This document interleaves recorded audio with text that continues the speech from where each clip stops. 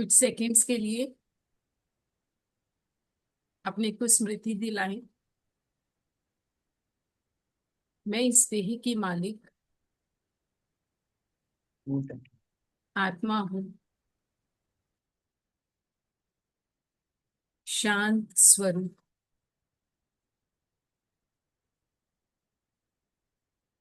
हर कर्मेंद्री को शांत कर ले। अपने ऊपर शिव बाबा को देखें। सर्व खजानों से मुझ बच्चे को संपन्न कर रही हूँ।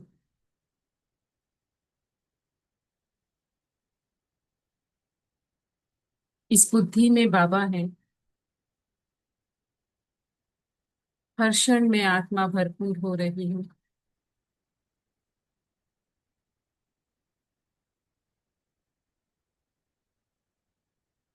मैं भरपूर आत्मा अचल अटल अडोल इस दुनिया को दे रही हूँ। सुख शांति प्रेम स्वतः ही मुझसे पूरे विश्व में फैल रहा है।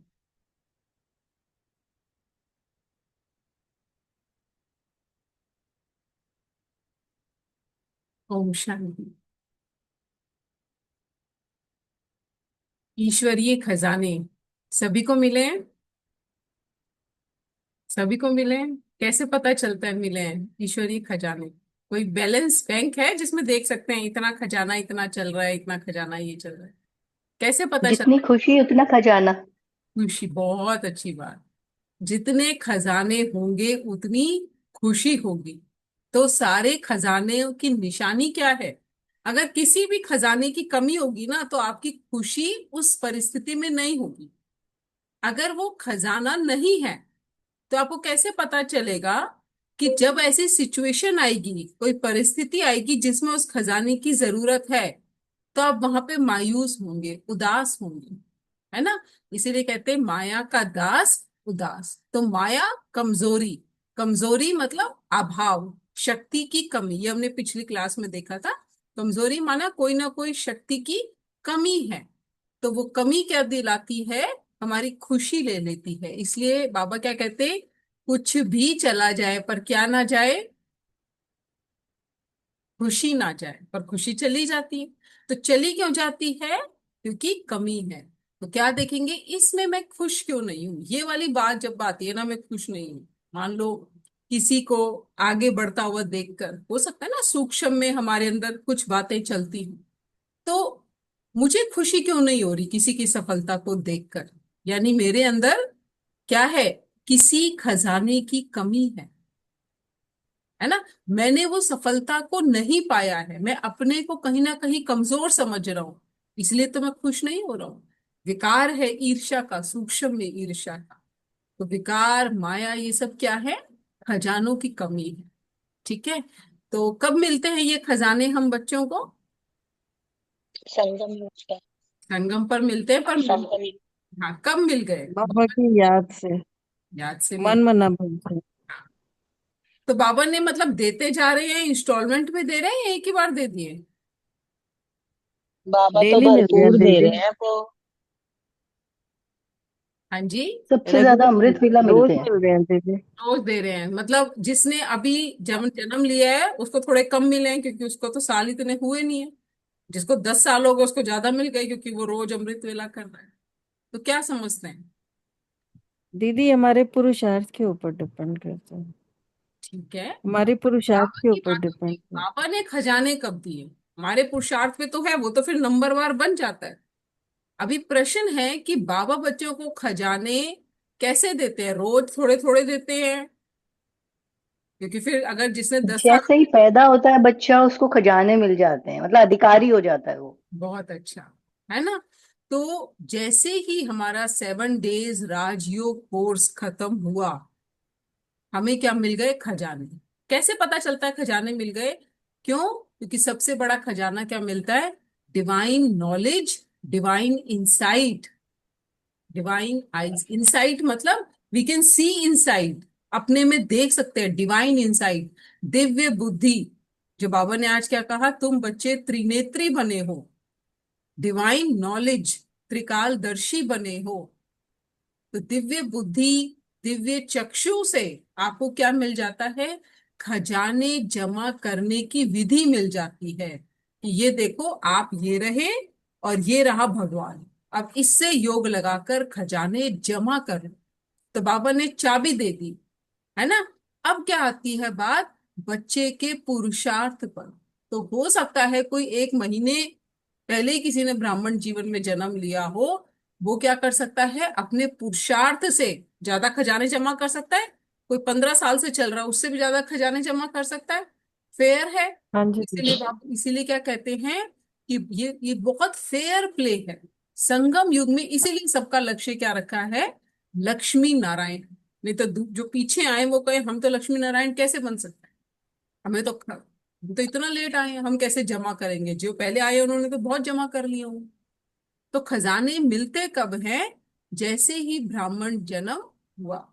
फिर हम रोज अमृत वेला करते हैं, रोज पुरुषार्थ करते हैं, रोज मुरली सुनते हैं, इससे क्या होता है? क्या होता है? इससे जमा होते हैं दीदी, इससे जमा जमा होता और है, बढ़ते हैं। इससे बढ़ते हैं कमाई खजाना। होती है ना। बाबा ने कहा अभी संडे की जो मुरली थी कि सिर्फ सोचने से नहीं होता। किससे होता है? सिर्फ सोचना नहीं है, इन खजानों को अपने में समाना है। तो हम अमृत वेले क्या करते हैं? आत्मा सिर्फ सोच रही है। जब हम आते हैं हम क्या कहते हैं? मैं शांत स्वरूप आत्मा, होते थोड़ी ना है। मैं पवित्र आत्मा, होते थोड़ी ना है। पर ये सिर्फ सोच रहे हैं। ये समझे, ये सोच रहे हैं। हम जितना एक बात को सोचेंगे, पहले तो खजाने लेने की विधि कर रहे हैं, अभी हम जमा की तो बाद में आएंगे। पहले पता तो चले कि खजाने मिल कैसे रहे हैं हमें। तो ये जो खजाना है शांति का, भी हम आएंगे खजाने भी क्या है। पर समझें कि शांति, सुख, पवित्रता, ये जो बड़े बड़े खजाने हैं, हम क्या कह रहे हैं? मैं शांत स्वरूप आत्मा, मैं पवित्र आत्मा। अभी मैं हूं नहीं, लेकिन इसको सोच सोच कर, और कैसे सोच कर? वो चैतन्य निराकार से, सर्वशक्तिवान से योग लगाकर मैं साफ भी हो रही हूँ आत्मा। और क्या कर रही हूँ? ये सोच भी रही हूं, तो वो मेरे अंदर समाती जा रही है, वो सोच मेरे अंदर समाती जा रही है। मैं उसका स्वरूप बनती जा रही हूँ। मैं सिर्फ कह नहीं रही मैं शांत स्वरूप आत्मा, मैं इस चीज को अनुभव भी कर रही हूँ। और फिर जब अनुभव कर रही हूँ, जब मैं उसका स्वरूप बन रही हूँ, तो फिर वो मेरे बोल में, मेरे व्यवहार में, मेरे कर्म में आ रहा है। इतना आ रहा है कि मुझे तो दिख ही रहा है, लेकिन दूसरों को भी पता चल रहा है कि आप जो है कुछ कर रहे हैं, आप कुछ विशेष हैं, आप कुछ अलग हैं। और ये है प्रत्यक्षता। जब दूसरे ये कहें कि आप कुछ अलग हैं, आप में शक्ति है, आप हमेशा खुश रहते हैं, आप हिलने वाले नहीं हैं, है ना। एक बहुत साधारण उदाहरण है। लाइट चली जाती है, बहुत तेज आंधी तूफान, ये सब यही चल रहा है ना। पानी नहीं है, एकदम से आ गया पानी नहीं है, आधे दिन पानी नहीं रहेगा। तो आपने देखा है कैसे एक क्योस सा मच जाता है। जो हमारे सोसाइटी के ग्रुप्स हैं, क्या है, कब आएगा, ये वो, और हम शांत। ये हमारा क्या है? ये खजाना है, ज्ञान का खजाना। होना ही था, नथिंग न्यू। होना था। सबसे पहले बात क्या करते हैं? Nothing new. फिर क्या कहते हैं? मैं प्रकृति जीत आत्मा। बाबा की फिर बात याद आती है, कुछ भी हो जाए मेरे बच्चे भूखे नहीं मर सकते, है ना। सेवा की होगी, खजाना जमा किया होगा, प्रकृति को साकाश दिया होगा, पानी को बचाया होगा, पानी की वैल्यू की होगी, तो पानी ऐसा नहीं हो सकता कि आपको ना मिले। बाबा ने कहा ना, सेवाधारी बच्चों को कभी भूखे नहीं मर सकते, गारंटी कर ली। सेवाधारी बच्चे कभी भूखे नहीं मर सकते। तो जिसने लेकिन सेवा की होगी, क्योंकि सेवा भी क्या है? खजाना है। क्या है? कमाई है। तो कमाई हम कर रहे हैं, इसका पुरुषार्थ कर रहे हैं, कमा रहे हैं, और ये कमाई से क्या हो रहा है? जमा हो रहा है। ठीक है। कहाँ के लिए जमा हो रहा है? सतयुग के लिए। ठीक है। तो यहां पर हमें खर्च नहीं करना है, यहां पर हमें खर्च नहीं करना, और वहां जो जमा हो गया, उस जमा को हम बढ़ा नहीं सकते। वहां पर वो खर्च कैसे होगा? वहां पे कोई विश्व का कल्याण तो कर नहीं रहे, वहां पर हम अपने ही जैसे जैसे जन्म लेते रहेंगे, आत्मा कर्म में आएगी, आत्मा जितना अपनी आत्मिक स्थिति से दूर इस देह भान में आती रहेगी, अभिमान अहंकार में आती रहेगी, वो खजाने उतनी ही ज्यादा स्पीड से, अभी यहाँ पे बात हो रही है रेट की, है ना, क्योंकि देखो आपको सतयुग से त्रेता आने में आपकी कितनी कला कम हुई, 16 से 14, लेकिन उसके बाद जैसे ही आप द्वापर में आए तो कितनी हो गई कलाएं, 8 हो गई थी। 8 कलाएं हो गई, है ना, और फिर हम्म। अंत में 9 कला। तो क्या हुआ, लोग क्या हुआ, देख रहे हैं आप, रेट सब देख रहे हैं, खत्म हो गिरने का गए। रेट, शक्ति कितनी स्पीड से कम हो रही है। तो वहां पर हम कोई विश्व कल्याण नहीं कर रहे हैं। तो विश्व कल्याण से बाबा ने क्या कहा, जमा करने की विधि क्या है, सत्यमेन आप क्या म्यूट पूछ पे रहे हैं हैं, दीदी? जमा करने की विधि क्या है, संडे की मुरली थी अभी, एक हफ्ता हुआ नहीं, दुआएं संगम दो, युग पर। दुआएं लो। दुआएं दो, दुआएं लो। जमा करने की क्या आप, विधि, क्वेश्चन क्या था आपका? क्वेश्चन क्या था आपका? खजाने जमा करने की विधि क्या है। बाबा 3 तरह के बच्चों को देख रहे हैं, बाबा बच्चों को देख रहे हैं, क्या देख रहे हैं, कुछ बच्चे हैं जो खजाने क्या कर रहे हैं, यहीं पे यूज कर रहे हैं, और कुछ हाँ, हैं जो ये हाँ था जी। खजाने इसमें जमा लेकिन। कर रहे हैं, कुछ हैं जो खजाने बढ़ा रहे हैं, उनमें वृद्धि हाँ, कर रहे हैं। तो जब, बढ़ाने की विधि है कि और जितना हम बांटेंगे उतना बढ़ेगा। हाँ बाबा ने मुरली में और क्या, कुछ बच्चे बाबा बढ़ा ने भी बोला रहे हैं था। और जमा भी कर रहे हैं। हाँ हाँ। स्वयं के प्रति यूज करके और दूसरों सर्व के प्रति बिल्कुल यूज करके। बिल्कुल, ये सही आंसर है, स्वयं के पति प्रति और सर्व के प्रति, स्वयं के प्रति प्रति। भी, है ना। मान लो खुशी है, खुशी एक खजाना है, अब उस खजाने को मैं खुद हाँ में जी। यूज नहीं कर रही, पहले तो खुद में यूज करना पड़ेगा ना, हर परिस्थिति में मैं खुश हूं, जब मैं खुश हूं तो मैं अपने प्रति भी यूज कर रही हूँ और दूसरे के प्रति भी यूज कर रही हूँ, क्योंकि ये अलग अलग नहीं है, स्वयं का कल्याण और सर्व का कल्याण अलग नहीं है, ये भी महावाक्य है कि सर्व के कल्याण में स्व कल्याण हो और स्व के कल्याण में सर्व का कल्याण हो, ये दोनों अलग अलग ना हो, और सर्व कल्याण में कहीं स्व कल्याण को नहीं भूल जाना, इन दोनों का बैलेंस इतना हो, जैसे दूध में पानी होता है ना, बिल्कुल मिला हुआ, आप अलग भी नहीं कर सकते, पर अगर बैलेंस बिगाड़ दोगे तो वो पता चल जाएगा, वो टेस्ट चला जाएगा। ठीक है, तो बात करते हैं खजाने की, खजाने कौन से खजाने का बाबा ने, क्या है खजाने, गुणों के।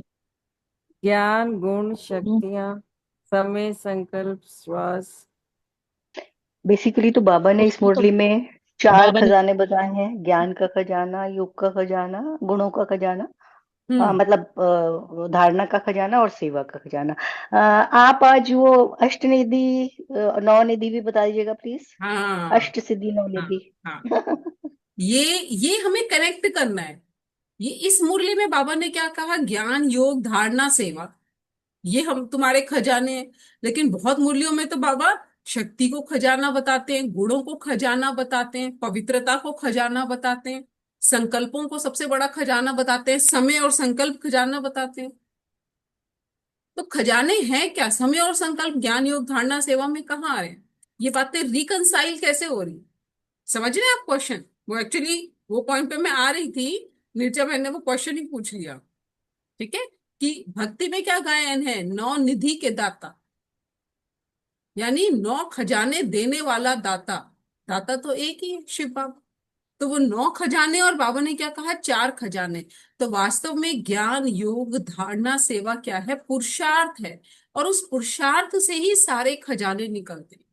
ठीक है, तो हमने क्या कहा, पहले तो 9 खजानों की लिस्ट हमें पता होनी चाहिए, फिर हम देख सकते हैं कि ये ज्ञान योग धारणा सेवा कैसे 9 खजाने इनसे निकल रहे हैं। ठीक है, सबसे पहला खजाना क्या है, पवित्रता, ज्ञान, योग, पवित्रता, ज्ञान, गुण, शक्तियां, समय, संकल्प, श्रेष्ठ कर्म, खुशी, दुआ, ये है 9 खजाने।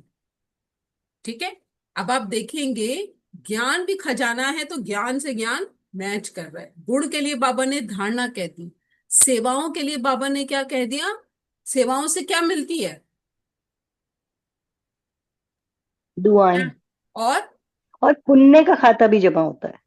नहीं, सेवाओं से बाबा ने क्या कहा, पुण्य का खाता जमा होता है, पर पुण्य कोई कमाई नहीं है, पुण्य में कमाई है, पुण्य कर्म में सेवा से कमाई। संतुष्टता मिलती है। उस मुरली में क्या सेवा था? से। संतुष्टता। संतुष्टता एक आउटकम है अगेन। मैं हम्म। संतुष्ट हूं, इसलिए मैं खुश हूं। आप संतुष्ट हैं तो आप खुश हैं, है ना?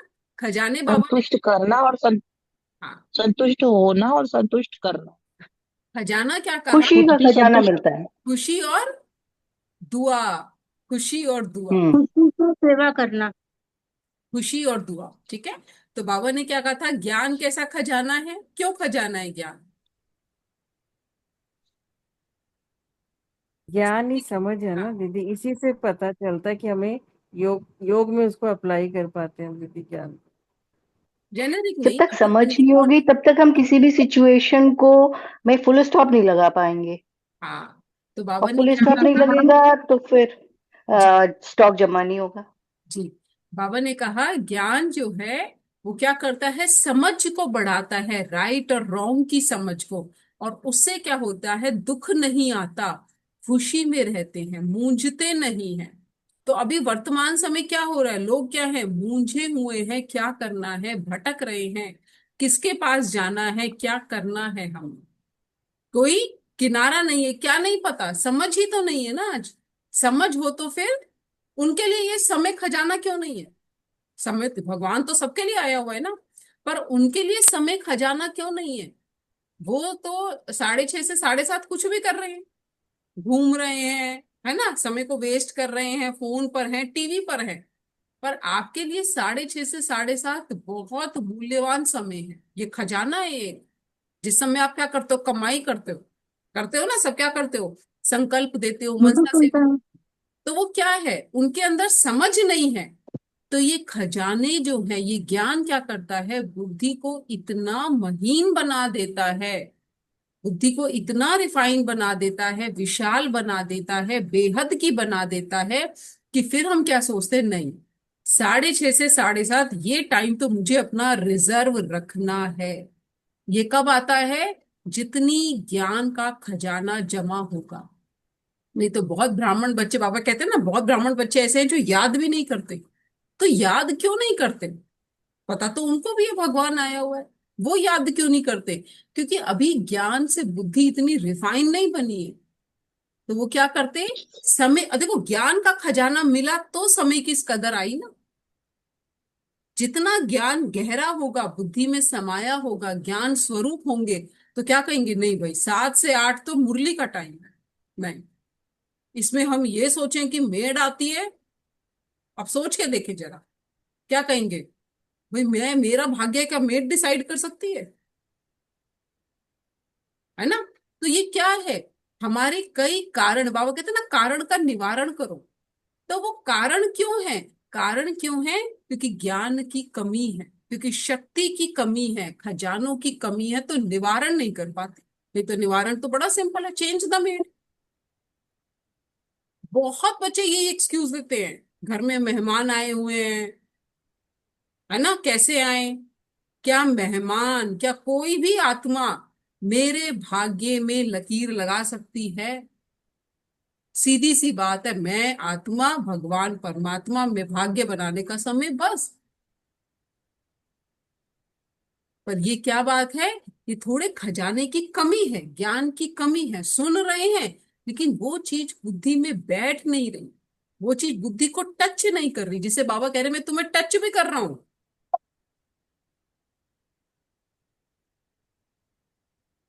मैं आपको मुरली में टच भी कर रहा हूं, लेकिन क्या हो रहा है? बच्चे उस चीज को रिसीव नहीं कर पा रहे। अभी देख रहे हो बाबा कितना स्पष्ट मुरलियों में कहते जा रहे हैं कि बच्चे, अब तुम्हारा सब कुछ सर्विस के लिए है, तुम्हें पूरा पूरा समर्पण होना है ना, मेरा मेरा बिल्कुल खत्म करना है, व्यर्थ बिल्कुल खत्म करना है। तो जहां बाबा इशारे देते थे, आज बाबा वहां क्या कर रहे हैं? बिल्कुल डायरेक्ट। अब बाप कह रहा है सब कुछ मुझे दे दो। तो टच हो रही है ये बातें। ये कब होंगी? जितना ज्ञान गहरा होगा, जितनी बुद्धि की समझ होगी। भाई अब नहीं तो कब? बाबा ने ये भी कह दिया, फिर लास्ट समय पर आके कहेंगे बाबा ये ले लो, तो बाबा क्या कहेगा? अब नहीं, बच्चों अब को ही नहीं। कह नहीं देगा, चाहिए। बच्चों को ही कहेगा, क्योंकि फिर तो विनाश हो ही गया ना, फिर बाबा यूज कहाँ करेगा? तो बाबा ने क्या कहा कि मैं ऐसा भी व्यापारी नहीं हूं, है ना, मैं भोला हूं लेकिन ऐसा व्यापारी नहीं हूं। तो खजाने को जमा करने की विधि क्या है? उसको स्वयं के प्रति, सर्व के प्रति लगाना, और समय से लगाना, समय से लगाना। मान लो आप बैंक में जाकर, बिल्कुल एक बैंक का भी एक डेज होते हैं ना कि आप इतने से इतने बीच में करोगे तो this is the best time, I think वो कुछ first first few days of the month होता है कि आप 10 से पहले पहले कर दोगे तो आपका इंटरेस्ट क्रेडिट होगा, नहीं तो क्या होगा कि उसके बाद आपका नेक्स्ट डे, नेक्स्ट मंथ से इंटरेस्ट लगे। तो ऐसे ही जमा कितना लंबा हमने कर रखा है खजानों को, उससे भी तो फर्क पड़ता है ना। ये नहीं कि हमने अभी दिया है, कब से दिया है, कितना वो, ये देखो ब्रह्मा बाबा ने पहले ही दिन अपने सारे स्कूल खजाने दे दिए, और स्थूल क्या, तन भी दे दिया, मन भी दे दिया, सूक्ष्म भी दे दिए, पर वो पहले दिन से 1936 से अभी तक कार्य में आ रहे हैं और सर्व के प्रति चल रहे हैं। तो बाबा का भाग्य तो आज भी बढ़ रहा है ना, ब्रह्मा बाबा का, चाहे अव्यक्त हो गए, पर उन्होंने जो वो नींव डाली, जो फाउंडेशन डाला, उसके बाद जो दादियों ने डाला, तो आप कब समर्पित होते हो, कब सरेंडर होते हो, बुद्धि की बात है, बुद्धि की बात हो रही है ये।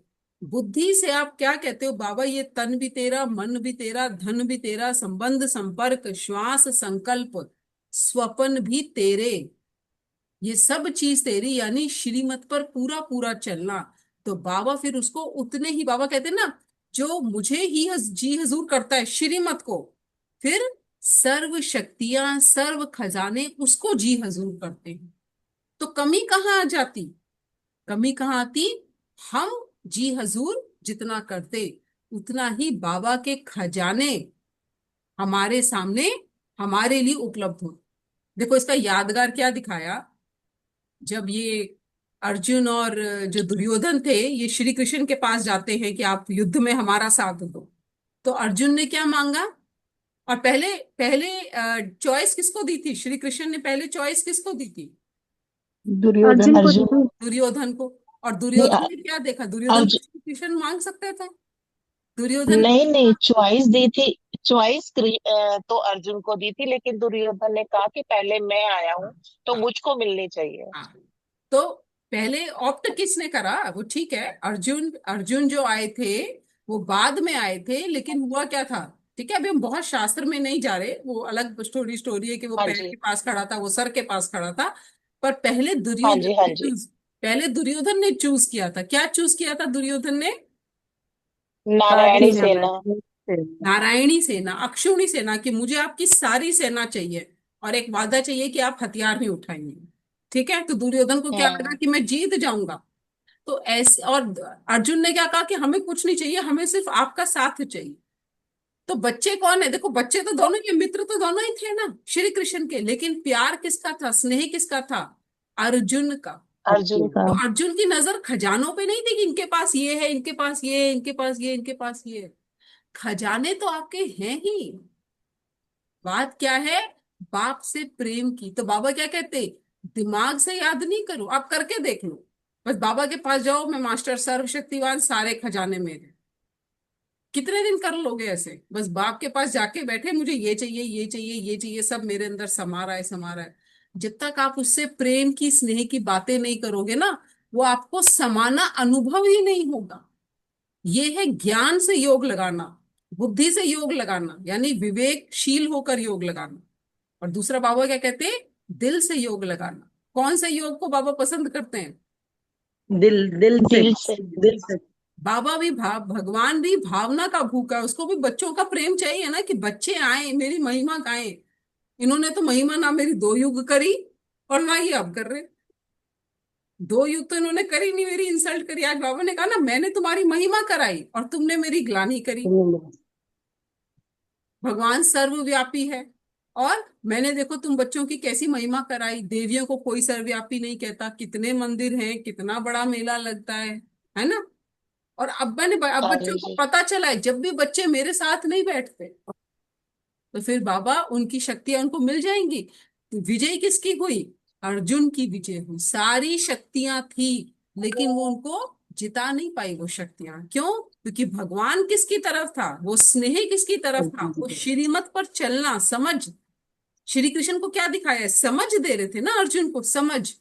और जब उसने वो समझ हम्म। ले ली, जब उसने कहा ओके आई फॉलो यू, तो फिर उसने क्या करा, युद्ध शुरू करा, और फिर वो विजय हुई सिर्फ समझ से। लेकिन कहते हैं ना, इसीलिए कहते हैं ना, बड़ों की बात मानोगे तो आशीर्वाद मिलेगा, ये बात कहते हैं लौकिक में भी, कि बस बड़ों को ना क्या करो, हाँ जी करो, उनका आशीर्वाद लो, उनके साथ बैठ के जाओ, ऑफिस जाना है तो आप जिस भी कार्य के लिए जा रहे हो सफलता मिले। तो ये पैर छूने का कॉन्सेप्ट, वो सब क्या कहाँ से आया है, कि बड़ों से भेंट करके जरूर जाओ, ऐसे ही नहीं जाओ। आज वो तो बिल्कुल ही कल्चर खत्म हो गया है। ठीक है, तो क्या होता है, सफलता मिलती नहीं। तो खजाने, ज्ञान, गुण। गुण मतलब दिव्य गुण। आज कौन है जो दिव्य गुणों की बात करता है, पता ही नहीं है किसी को दिव्य गुण होते क्या है, गुण क्या होते हैं यही नहीं पता। गुण तो कब आता है, जब वो विवाह होता है ना, तो कितने गुण मिल रहे हैं बस, बस उसके बाद कुछ समझ नहीं है। पर गुण का मतलब वही होता है कि इसके अंदर क्या संस्कार है, इसके अंदर कैसे संस्कार है।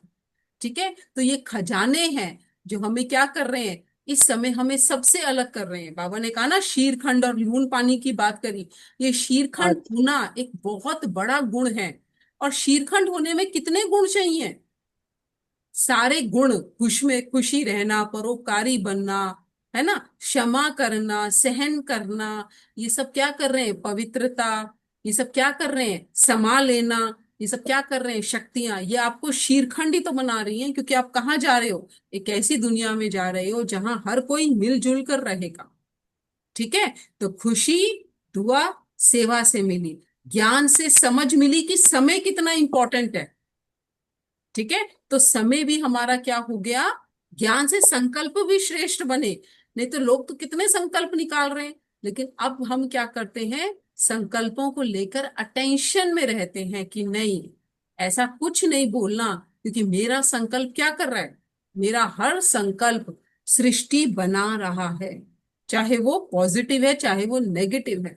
और आपका संकल्प अब क्या कर रहा है, या तो खाते को जमा कर रहा है या खाते को घटा रहा है। तो ये सही बोला। ज्ञान शक्ति से ही संकल्प में शक्ति आई ना।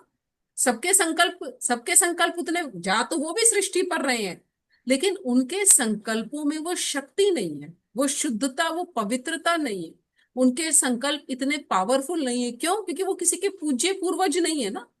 उनके संकल्प जा रहे हैं और वो उनके पास ही आ रहे हैं।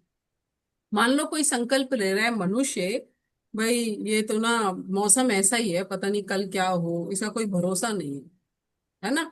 तो वो मौसम के प्रति एक संकल्प दे रहा है, तो वो संकल्प उसी के पास वापस आएगा 1 to 1। या वो किसी को भेज रहा है, तो उसके उसके साथ उसका कर्म बंधन बन रहा है संकल्पों का। लेकिन आपके संकल्प किसको प्रभावित कर रहे हैं, आपकी पूरी वंशावली को, 800 करोड़ आत्माओं को, क्योंकि आप कहाँ हो, आप इस मनुष्य सृष्टि के झाड़ में हो। और मैं। आप झाड़ में बैठे हो, है ना, आप एक नोड हो, नोड। अगर आप समझते हो इस चीज को, नोड हो, आपसे बहुत आत्माएं कनेक्टेड है। इसीलिए बाबा ने क्या कहा, कि व्यर्थ संकल्प क्या करता है, 1 सेकंड का भी व्यर्थ संकल्प पद्मों का खजाना। घाटा करा देता है। और 1 सेकंड का समर्थ संकल्प पद्मों की कमाई करा देता है। सारी बात किसकी है, संकल्पों की है ना। ये सारे खजाने जो हम जमा कर रहे हैं, पवित्रता, ज्ञान, गुण, शक्तियां, श्रेष्ठ कर्म, ये खुशी, दुआ, ये दुआ भी संकल्प ही तो है ना। ये हम क्यों कर रहे हैं, ताकि हम अल्टीमेटली क्या होगा, हमारे संकल्पों में इतनी शुद्धता आ जाएगी, इतना ठहराव आ जाएगा, कि हम हर संकल्प को इतना सोच समझकर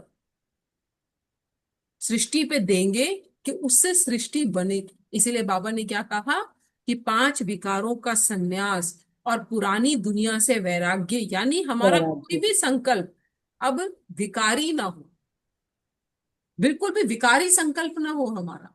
और फिर इस दुनिया को लेके कोई संकल्प ना हो, क्योंकि जब दुनिया से वैराग्य, तो फिर हमने सबको एक्सेप्ट कर लिया है। इस प्रकृति को भी एक्सेप्ट कर लिया है, हमने हर किसी के ड्रामा को भी एक्सेप्ट कर लिया है। और एक्सेप्ट करने का मतलब क्या है, कि उस पर हमारे संकल्प नहीं चलते।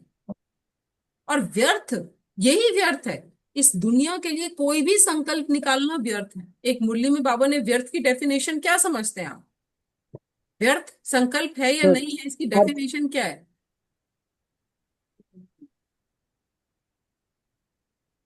पता होना चाहिए ना, ये मेरा संकल्प व्यर्थ है कि नहीं। तो व्यर्थ संकल्प की डेफिनेशन क्या है? जो ज्ञान और श्रीमत के अगेंस्ट होते हैं वो व्यर्थ होते हैं, जो उसके समर्थ होते हैं वो। चलो श्रीमत बताओ, क्या है संकल्पों के लिए श्रीमत क्या है? केवल बाबा और सदा बाबा का सदा ज्ञान मन ही। लगाना, सदा बाबा की याद में रहना, उसके ज्ञान का मनन चिंतन करना ही, और उसके जो उन्होंने हमें जो कहा है वैसा मानना है, यही श्रीमत है दीदी। संकल्पों के लिए क्या श्रीमत है? कि कोई क्योंकि भी संकल्प जो है, समर्थ संकल्प हो हमारी एनर्जी को एकदम ऊपर कर देते हैं, हम्म, हल्के। और व्यर्थ संकल्प जो हम करते हैं तो हम थक के एकदम हाँ, ये तो उनसे, नीचे हाँ। आते हैं। हाँ, ये तो व्यर्थ और समर्थ संकल्प का प्रभाव है कि समर्थ संकल्प हमें क्या बनाते हैं, शक्तिशाली बनाते हैं। और व्यर्थ संकल्प हमारी बुद्धि को कमजोर कर देते हैं। व्यर्थ संकल्प और हमारे कर्म को कमजोर कर देते हैं, क्योंकि जैसा संकल्प होगा वैसे ही कर्म होंगे। तो आप थोड़ी सी भी देर व्यर्थ चलाएंगे तो क्या होगा, आपको ऐसा लगेगा कि मेरे जो जो मेरी शक्ति है वो कम हो रही है, बुद्धि कमजोर नहीं, हो रही है, और मेरे कर्म भी थोड़े तुच्छ हो रहे हैं, क्योंकि संकल्प ऐसे थे, व्यर्थ थे। तो जब बुद्धि क्या है, बुद्धि कमजोर है, तो वो बुद्धि क्या नहीं कर पाएगी, निर्णय नहीं कर पाएगी। तो अभी हम पहचान पर आ गए, वो निर्णय नहीं कर पाएगी, वो कंफ्यूज रहेगा। पता नहीं मैंने श्रीमत को फॉलो किया कि नहीं करा, मुझे ये करना चाहिए कि नहीं करना चाहिए, मुझे जाना चाहिए कि नहीं जाना चाहिए। ये क्या है? ये है कि हमारी शक्ति कम हो रही है, परखने की शक्ति कम हो रही है, निर्णय करने की शक्ति कम हो रही है। तो व्यर्थ हमारे खजानों को एक दीमक की तरह खाता रहता है, और श्रेष्ठ संकल्प हमारे खजानों को बढ़ाता रहता है। जब हम मनसा सेवा करते हैं तो संकल्प ही तो ले देते हैं ना सबको, खजाने जमा हो रहे। जब आप मुरली क्लास में जाते हो, माया आके क्या करती है, माया आपकी बुद्धि को अटैक करती है, फिर उस बुद्धि में संकल्प क्या आने लगता है, आज रहने दो, आज बारिश बहुत है। आता है ये संकल्प। तो ये संकल्प कैसा संकल्प है? ये बिल्कुल कमजोर संकल्प है, जो आपको क्या कर रहा है, आपको और नीचे लेके जा रहा है। पर ये कमजोर संकल्प आया क्यों? क्योंकि बुद्धि कमजोर है। क्यों? क्योंकि बुद्धि व्यर्थ में रहती है। तो व्यर्थ के लिए बाबा ने डेफिनेशन क्या दी एक मुरली में, कि व्यर्थ मतलब परचिंतन करना, पर दोष, दूसरे पर दोष लगाना, दूसरे को कोट करना, ये भी तो ऐसे करते हैं ना, दूसरे का दर्शन करना, ये इनको देखना, पर चिंतन, पर दोष, पर दर्शन, ये क्या है, व्यर्थ है। फिर पिछली बातों में जाना, पास्ट की बातों में जाना। एक सेकंड भी जो, अगर मुझे ये याद आ रहा है ना कि एक घंटे पहले क्या हुआ था, 15 मिनट पहले क्या हुआ था, 5 मिनट पहले क्या हुआ था, तो ये व्यर्थ। ये संकल्प, आज पता है सेवा बहुत अच्छी थी, आज उन्होंने ये कहा, हो गई वो, हो गई। हाँ, या तो आप उसको, उस सीन को इमर्ज कर कर उनको फिर से क्या करो, साकाश दो। क्या जितनों को मैंने ज्ञान सेवा करी, उन सब का क्या हो, उन सब में शक्ति जा रही है, ताकि वो जो ज्ञान का बीज मैंने उसमें डाला वो उनमें समा रहा है। पर बार बार उस चीज को, परिस्थिति का वर्णन करना, ये व्यर्थ। किसी के पाठ को देखकर ये क्यों, क्या, कैसा, वो तो व्यर्थ है ही। आश्चर्य करना भी व्यर्थ है, आश्चर्य होना।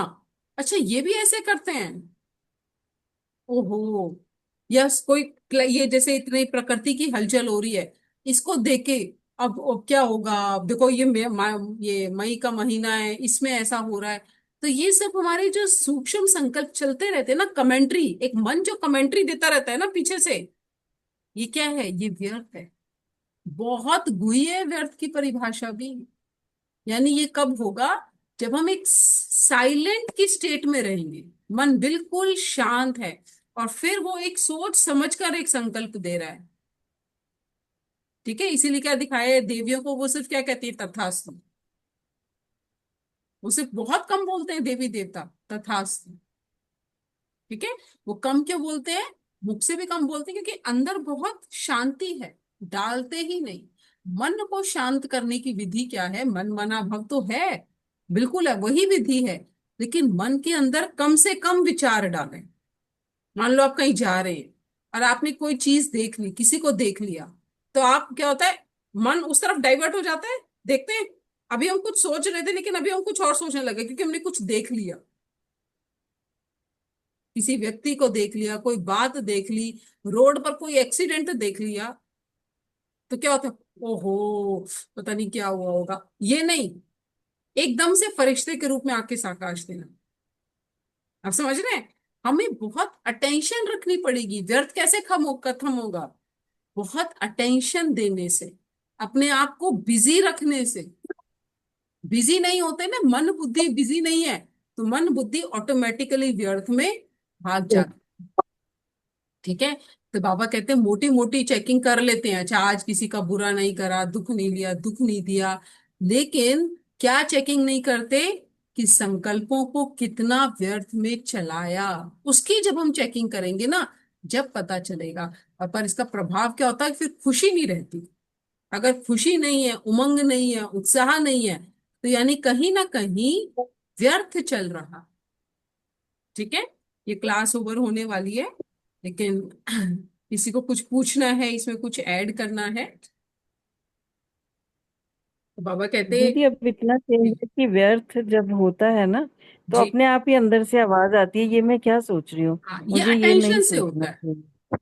बाबा ने कहा अपने आप अटेंशन। होता है दीदी। हाँ, अपने आप क्यों होता है? क्योंकि अटेंशन के पहरेदार खड़े हैं। जैसे ही व्यर्थ आएगा ना, आपको लगेगा अरे ये मैं क्या सोच रही हूँ, आपको पता चलेगा ये मैंने एक सेकंड भी सोचा, है ना। तो हो सकता है वो 1 मिनट के बाद पहरेदार काम करें। 1 मिनट तक व्यर्थ चल रहा था, 1 मिनट के बाद पहरेदार ने बोला अरे भाई आपके अंदर व्यर्थ चल रहा है। जितना आप उस पर अटेंशन देते रहेंगे, आप देखेंगे आपका ड्यूरेशन कम हो रहा है। पहले आप 1 मिनट के बाद फुल स्टॉप लगाते थे, अभी आप कुछ सेकंड्स के बाद लगा रहे हैं। और प्रयास अभ्यास करते करते करते करते क्या होगा, व्यर्थ बिल्कुल ही खत्म हो जाएगा। क्योंकि व्यर्थ भी क्या है, हमारा हिसाब किताब है, इसको समझें। व्यर्थ भी हिसाब किताब है। ब्रह्मा बाबा की क्या स्थिति थी? कर्माती स्थिति, मतलब कर्म कर रहे हैं लेकिन उसमें व्यर्थ नहीं है। ऐसा नहीं कि कर्म छोड़ दिया, कर्म करा, बस कर्मातीत, पास्ट पास्ट हो गया, फिर उसके ऊपर चिंतन नहीं चले, ना आगे के लिए ना पीछे के लिए। ठीक है, उसके लिए बहुत पुरुषार्थ करना पड़ेगा। अटेंशन, क्या सोच रही हूँ, बुद्धि को बिजी रखना है बस। ज्ञान योग धारणा सेवा, ये सारे खजाने जमा होते रहेंगे। ठीक है, और कुछ किसी को ऐड करना है, कुछ पूछना है? इसलिए बाबा कहते हैं इकोनॉमी करो, बजट बनाओ, खजानों का बजट बनाओ।